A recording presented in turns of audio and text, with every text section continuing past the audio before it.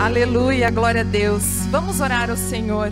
Senhor amado, nós te agradecemos, Pai, por mais essa noite que estamos aqui reunidos, Senhor, para compartilharmos da Tua palavra, Senhor, para podermos recebermos aquilo que o Senhor tem a falar aos nossos corações, Senhor. Nós te agradecemos, Pai, pela Tua vida, Pai, pela vida que o Senhor nos deu, Senhor, por estarmos reunidos enquanto igreja. E pedimos que o Teu Espírito Santo se manifeste nessa noite, Senhor, realizando a Tua vontade em nosso meio, em nome de Jesus. Amém. Amém. Glória a Deus. Podem sentar. Você que está aí no drive-in, se quiser dar um sinal de luz aí para estar participando com a gente, né? Fique à vontade. Nós estamos aqui reunidos. Eu queria dizer que estou muito feliz de poder estar essa noite com vocês, compartilhando a palavra. E hoje nós estamos dando início a uma nova série de mensagens aqui no Pare por Um, que é a série de mensagens super poderosas, né? Em homenagem aí ao mês do Outubro Rosa, que é o mês, né, da prevenção do câncer de mama. Então, nós estaremos, durante esse mês, apenas em mulheres aqui compartilhando a palavra e falando de mulheres superpoderosas na Bíblia. Amém? Então, com certeza, quando a gente fala na palavra de Deus a respeito de alguma mulher superpoderosa, você consegue pensar em algumas personagens, né? Nós temos na palavra um grande número de mulheres que fizeram a diferença, que foram usadas por Deus e que marcam na Bíblia uma trajetória de uma vida de fé e de confiança ao Senhor, né? A gente pode falar aí, desde lá das matriarcas, a gente pode falar de Sara, pode falar de Raquel, Rebeca, nós podemos falar da rainha Esther, podemos falar de Ruth, podemos falar de mulheres do Novo Testamento também, né? Como Maria, mãe de Jesus, como Maria Madalena. Então, nós temos um número enorme de mulheres na palavra que fazem a diferença e que marcam a história do cristianismo. Mas hoje eu quero falar com vocês a respeito de uma mulher que ela não tem nome, né? Ela é citada na palavra de Deus, e nós vamos falar sobre um superpoder dela, né? Já que estamos falando de superpoderosas, mas ela é uma mulher sem nome. Então nós vamos falar hoje 4 verdades sobre uma mulher sem nome. Eu quero que vocês abram a Bíblia de vocês, ou vejam aí no celular, lá em Marcos, capítulo 5, nós vamos ler dos versículos 24 ao versículo 34.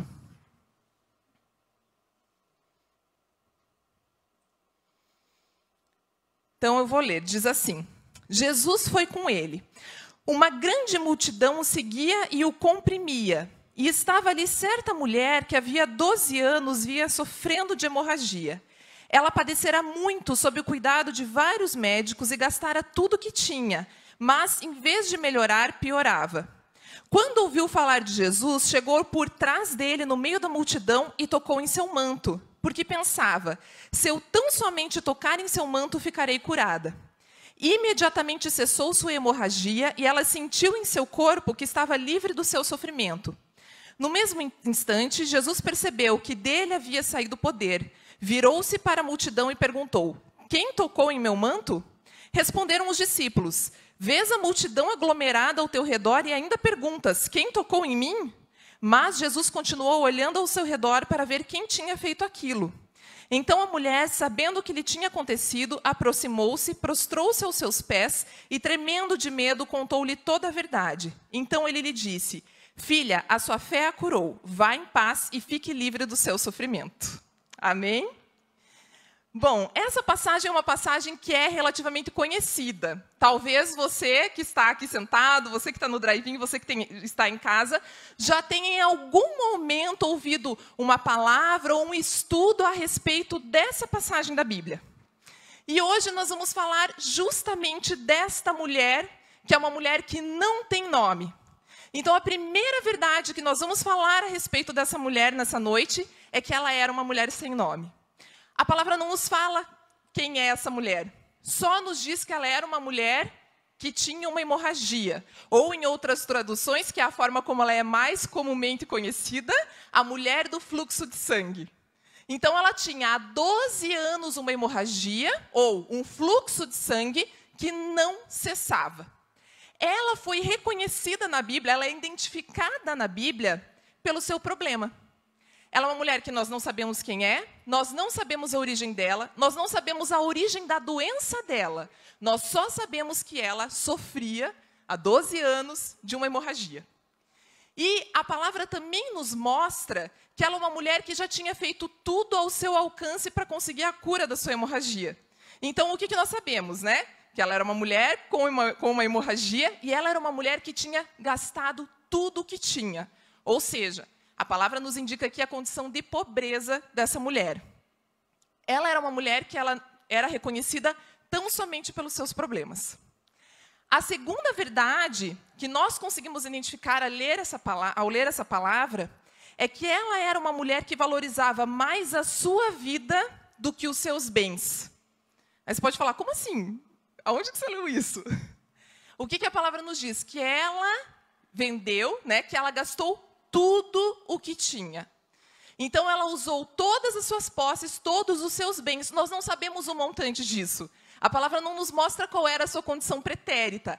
Apenas indica que, por conta da sua doença, por conta do seu problema, ela teve um outro problema, que é a situação de pobreza. Ela não tinha mais nada, pois tudo que ela tinha, ela investiu buscando a sua cura. Mas ela só piorou.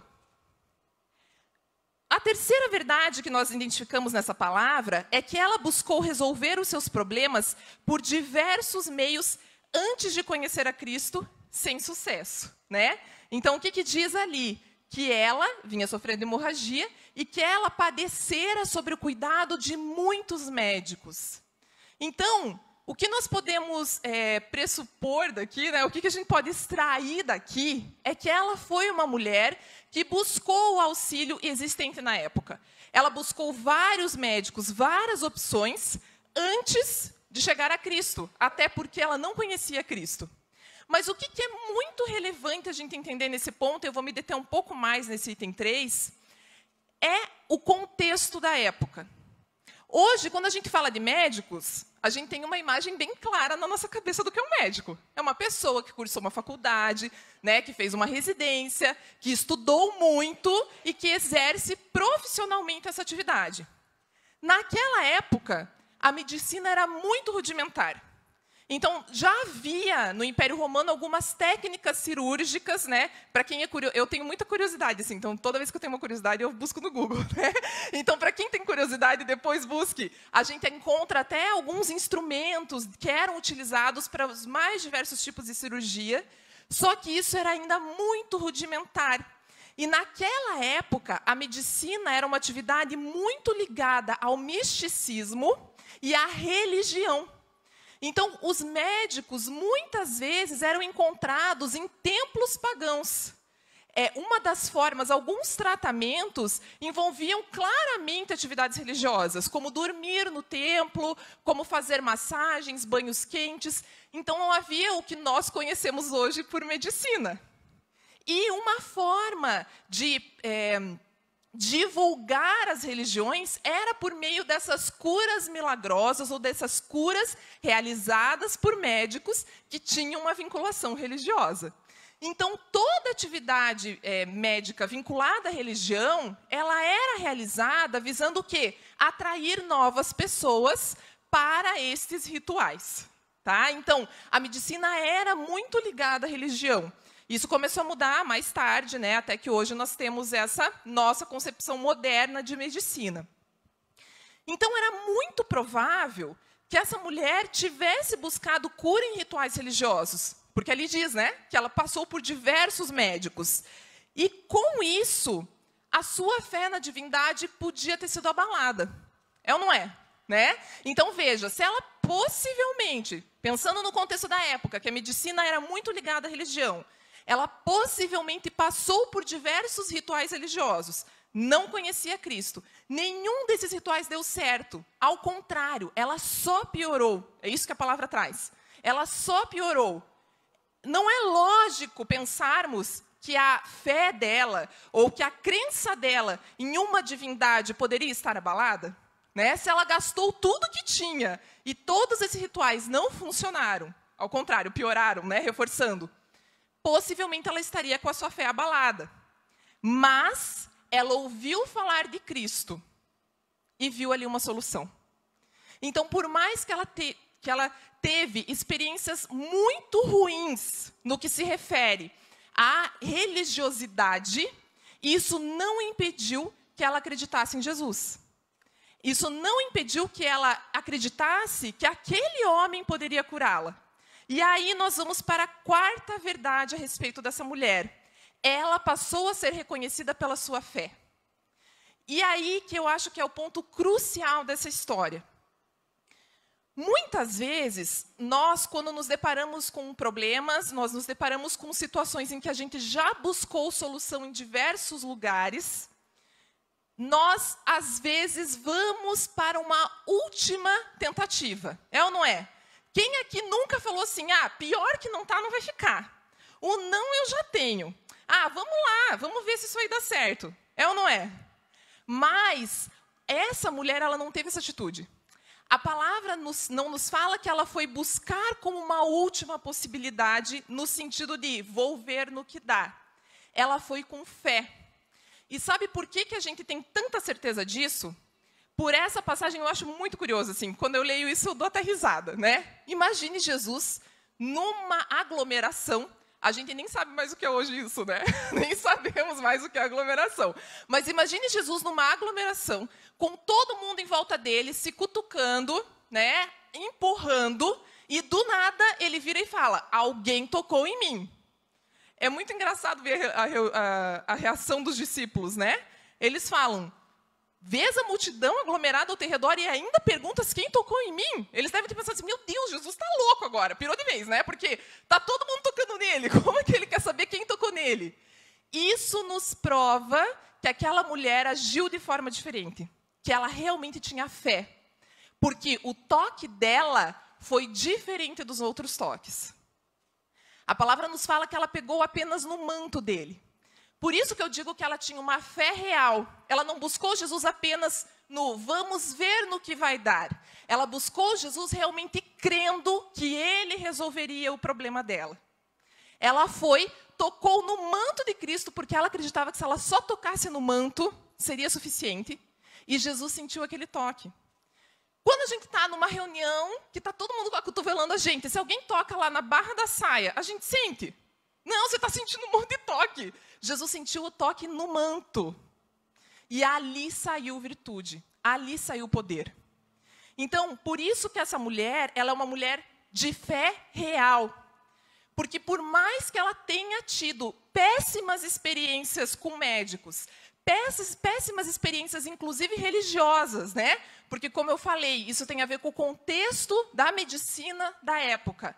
Ela apenas ouviu falar de Cristo. E ela tinha certeza de que ele poderia curá-la se ela só tocasse no seu manto. Ela era uma mulher sem nome. E ela não estava preocupada em ser reconhecida, em que Jesus soubesse o nome dela. Ela só queria ali, de mansinho, receber a cura dela. Mas ela, por esse ato, ela passou a ser reconhecida pela sua fé. Jesus vira e fala, quem tocou em mim? E ela vendo que não tinha saída, né? A palavra fala, foi morrendo de medo. Imagina ela pensando, o que eu fiz? Né? Ela foi morrendo de medo, se prostrou aos pés de Jesus, contou o que tinha acontecido e ele fala, vá, que a tua fé te salvou. Então, de uma mulher que era reconhecida por um problema, ela passou a ser uma mulher reconhecida pela sua fé. E esse é o superpoder da mulher do fluxo de sangue. A fé, e a fé real, que não se abalou, independente das péssimas experiências que ela tenha passado na vida dela. Independente dela ter passado 12 anos de frustrações, 12 anos de pioras, 12 anos de derrocadas financeiras, 12 anos em que ela perdeu tudo que ela possuía, ela creu em Jesus. Ela apenas ouviu falar de Jesus e ela creu que isso seria suficiente para a cura dela. Por que eu lembrei dessa mulher essa semana? Quando nós estávamos conversando, né, sobre o tema, né, desse mês das superpoderosas, a questão relativa à prevenção do câncer de mama, me veio logo em mente esta mulher, que é uma mulher que tinha uma doença, que ninguém curava. E essa mulher que recebeu a cura pela sua fé. Essa fé é uma fé que cura, Essa fé é uma fé que restaura, é uma fé que resolve qualquer problema. E essa noite eu convido você a buscar essa verdadeira fé. Independente do que você esteja sentindo, independente de qual seja o seu problema, você pode ter esta fé que esta mulher teve. Muitos de nós estamos na mesma situação dessa mulher. Não somente em questão de saúde, mas em outros problemas, né? Existem inúmeros problemas financeiros, familiares, né? As coisas, esse ano parece que se acumularam, é um problema atrás do outro, né? A gente vê tanto no mundo, no país e, consequentemente, nas nossas vidas pessoais. E aí, como eu falei sobre 4 verdades sobre essa mulher, eu quero trazer essas 4 verdades para a nossa vida. Então, a primeira que eu quero trazer, né? Muitas vezes nós não temos nomes. Às vezes você tem sido reconhecido e lembrado apenas pelos teus problemas, né? Quem aqui nunca ouviu falar, o fulano que está com problema assim, o fulano, ai, sabe aquele que bateu o carro? Sabe aquele que se divorciou? Sabe aquele que isso? Sabe aquele que aquilo? Muitas vezes nós somos reconhecidos pelos nossos problemas. As pessoas não lembram mais do nosso nome. Quando elas lembram de nós, elas lembram do nosso problema. Às vezes, você está com um problema sério que ninguém sabe. Por mais que você não esteja sendo reconhecido externamente pelo seu problema, ele te assola dia e noite. Ele não sai da sua cabeça. Assim como a hemorragia daquela mulher nunca estancava, você está com um problema que não estanca, que está tirando seu sono, que está atrapalhando você 24 horas. A segunda verdade que muitas vezes nós podemos trazer é: será que nós criamos esses problemas, né? Muitas vezes estão na nossa vida porque nós valorizamos mais os nossos bens do que as nossas vidas? Às vezes o problema que você está enfrentando não tem nada a ver, né? Às vezes não é necessariamente uma consequência de uma ação sua. Mas em muitos casos, os problemas pelos quais nós passamos são consequência das nossas escolhas e do que nós estabelecemos como prioridade. Essa mulher, ela tinha como prioridade a vida dela, tanto que ela abriu mão de todos os seus bens. Será que a nossa prioridade tem sido buscar bens, buscar recursos materiais, buscar apenas a prosperidade financeira, e por conta disso nós temos deixado de lado coisas que são mais importantes e que deveriam ser prioridade, como a nossa saúde, como a nossa família, como a nossa própria fé em Cristo? Qual tem sido a tua prioridade? Será que os problemas que você tem vivido são, coisas que acontecem? Ou será que os problemas que você tem vivido são consequência das suas escolhas e das suas prioridades? A terceira realidade é como as nossas experiências anteriores influenciam nosso relacionamento com Deus. Esse eu acho que é, assim como a fé, né? O ponto principal, eu acho que esse é o ponto principal do que nós podemos discutir hoje. Você tem uma fé real e verdadeira em Cristo? Ou será que muitas vezes você não entrega o seu problema totalmente aos pés do Senhor? Ou será que muitas vezes você guarda questões apenas para você, porque você não consegue confiar plenamente, porque você tem decepções de experiências passadas? Queridos, todos nós nos decepcionamos em algum momento da nossa vida. E muitas vezes nós atribuímos a nossa decepção a Deus. Muitas vezes nós atribuímos as nossas decepções à religião, à igreja. Será que isso tem influenciado no teu relacionamento com Deus? Será que isso tem impedido que a tua fé seja uma fé semelhante à desta mulher? Como eu falei, ela teve péssimas experiências, mas isso não a abalou. Quando ela conheceu a Cristo, ela realmente creu que aquilo ia mudar a vida dela. Ou será que quando você busca Cristo, você busca pensando assim: não dei conta, vamos ver. Pior que tá, não vai ficar, vamos ver se Jesus vai fazer. Isso é uma fé verdadeira? Né? Então, eu te convido a refletir. Será que você realmente tem entregue totalmente a sua vida, os seus problemas, as suas dificuldades aos pés do Senhor? E por último, como você tem sido reconhecido? Muitos de nós somos pessoas sem nomes. Mas nós temos sido reconhecidos pelos nossos problemas? Nós temos sido reconhecidos pelos nossos nomes? Ou nós temos sido reconhecidos pela nossa fé? Dentre essas três opções, a melhor é ser reconhecidos pela nossa fé. Ninguém sabe quem era essa mulher, né? A única coisa que nós sabemos e ali os versículos anteriores e os posteriores mostram que Jesus ele parou o seu caminho por causa dessa mulher. Né? Ele estava indo atender uma outra mulher, uma menina que estava à beira da morte, e ele parou o seu caminho por causa dessa mulher. A fé dela fez com que Jesus parasse o seu caminho. A fé dela fez com que Jesus a curasse sem que ele nem, entre aspas, soubesse que estava curando, né? Porque ele não se dirigiu a ela não se dirigiu a ele falando, Senhor, me cure. Ela tocou nele, e pela ação dela ela foi curada.